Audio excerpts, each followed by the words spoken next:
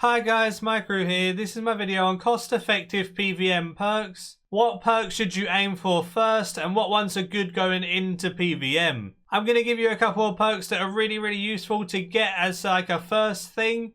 Obviously these aren't going to be the best perks in the world, but they're not going to cost you your bank and they're going to help you quite a lot. So let's get into this video. First up, how do you actually make perks? To start with, you need to make a gizmo shell on an invention workbench. Any invention workbench across the game, you can make a gizmo shell. You can make an armor or a weapon one depending on what you need to use it for. You then add components to that shell and certain components give you certain perks. These components are then consumed to make the shell become an active gizmo that you can put into your weapon or into your armor. You can put 2 gizmos in your weapon slots, so a 2-handed weapon will have 2 slots and 1-handed weapons will have 1 slot each. You can also add 2 gizmos to your chest and 2 gizmos to your legs, so you can have 6 perks active at the same time. So now in this video I'm going to speak about some weapon perks and some armor perks that aren't going to cost you too much money and is going to make you have a really good PVM setup for starting bossing. The first perks I want to talk about is weapon perks. Everyone says go precise 5 aftershock 3, but aftershock 3 is super expensive, so we won't be talking about that one. Although you can easily get precise 3 to 5 and you can get equilibrium 2. To get a guaranteed precise 5, you can use armadillo components. You can get your guaranteed level 5 with 5 armadillo components, but you need level 74 invention. This should cost you around 4 mil to get the 5 armadillo components. You could just level up a chain skirt to level 9 or 10, disassemble it for 4 components, and then you only need 1 more. But if you don't have level 74, or if you don't want to go and get loads of armadillo components, you can use precise components. Precise components have a chance to combo both precise and equilibrium, and they don't require a level. So you can easily get precise 3 or 4 on its own with precise components, and then also get equilibrium 2 separately, so you can get precise 4 equilibrium 2 just with precise components. You can also combo precise 4 equilibrium 2, but it's so rare it's not even worth trying. What I would recommend is if you have 74 invention to get 5 armadillo components and get precise 5, and then use your precise components to get equilibrium 2. What precise does, it increases the minimum hit of an ability. There's quite an in-depth calculation to work out how much precise actually helps, but on average it's like 5 to 6% increase on certain abilities. That's a really good perk, and precise 5 is something you'll have forever pretty much, unless you ever want to try and combo precise 4 equilibrium 2.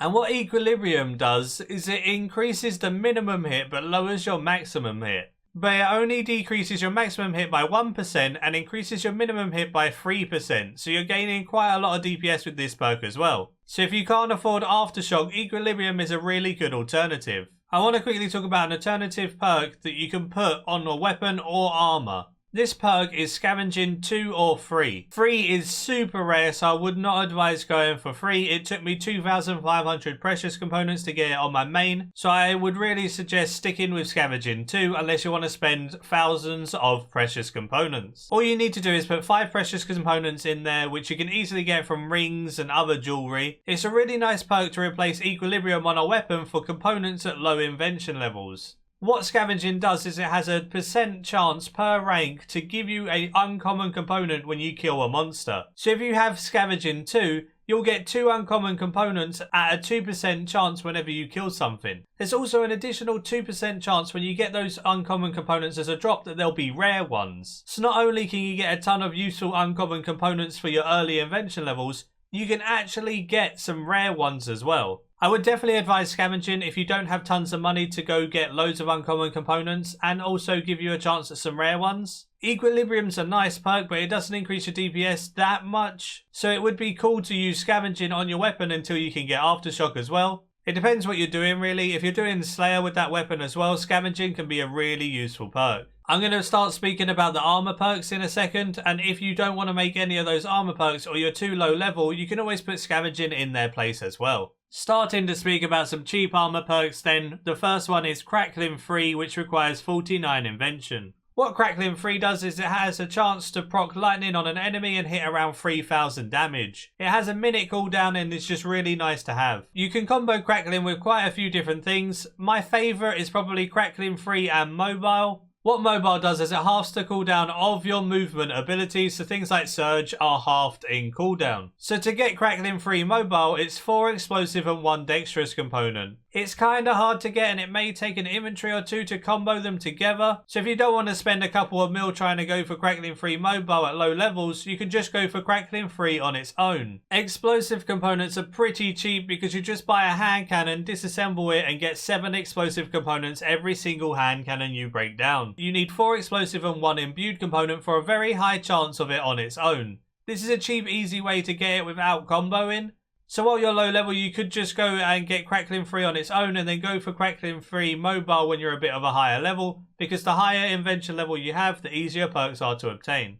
The next perk I want to talk about is a very, very useful one, and that's Bite Into and Venomblood combo perk. It's fairly rare to get at low levels and it may take you a couple of inventories worth of gizmos, but the components you use to make it aren't too expensive, so it shouldn't be that bad. What you need is 3 direct, 1 evasive and 1 healthy component. All of these components are uncommon components, and if you can't really afford getting them yourself, then you can always use your Scavenging perk to help you get these components as well. Biting is one of the easiest to combo with Venomblood. So you just use these components over and over again until you get Bite Into Venomblood. Bite Into is an amazing perk because it increases your crit chance by 4%. You can get Biting free, but it requires noxious components and it costs so much money. This is just such a better alternative at the mid levels. Venomblood is another perk that you should have on your armor while bossing because it helps at many bosses like Gregorovic and Araxor and stuff because it stops you getting poisoned. It pretty much saves you that inventory space of the super anti-poison and you're never going to forget to reapply it because it's always on your armor. A really, really good combo perk here.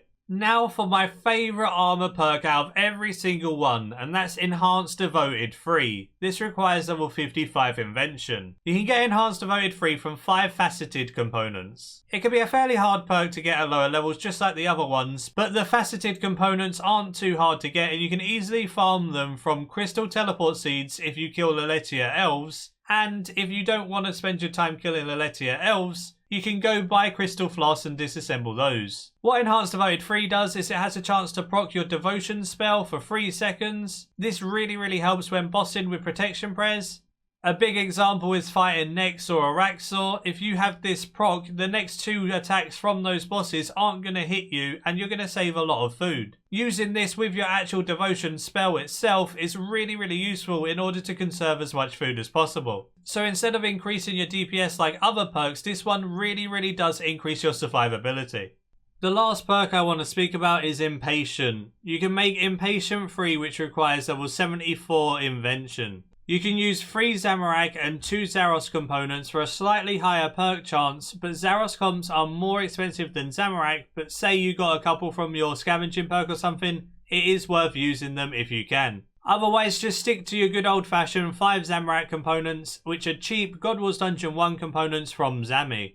This is a very high chance for the perk for Impatient free, and what Impatient free does is it occasionally grants 3% additional adrenaline when using adrenaline building spells. So with Impatient free, there's a 27% chance that your abilities will grant 3% more adrenaline. This really helps when you're getting up to that 50% adrenaline mark to use your thresholds, or once you've just done a Death Swiftness or a Sunshine, something like that. You can easily get some Zamorak components from Subjugation Armor. You can level the armor up to level 9 or 10, disassemble it for 4 components, and that's pretty easy to get your Impatient free. Or you could just camp Krill or something and disassemble War Priest. Either way works. And that's it for this video. I hope you did enjoy and I hope these perks are helpful to you and you've learned something in this video. This is a really nice mid-level setup for invention perks. They're not going to break your bank and they're all very useful. Either way, there's the Discord link in the description and so's my Twitter if you want to check out either of those. And until next time, see ya.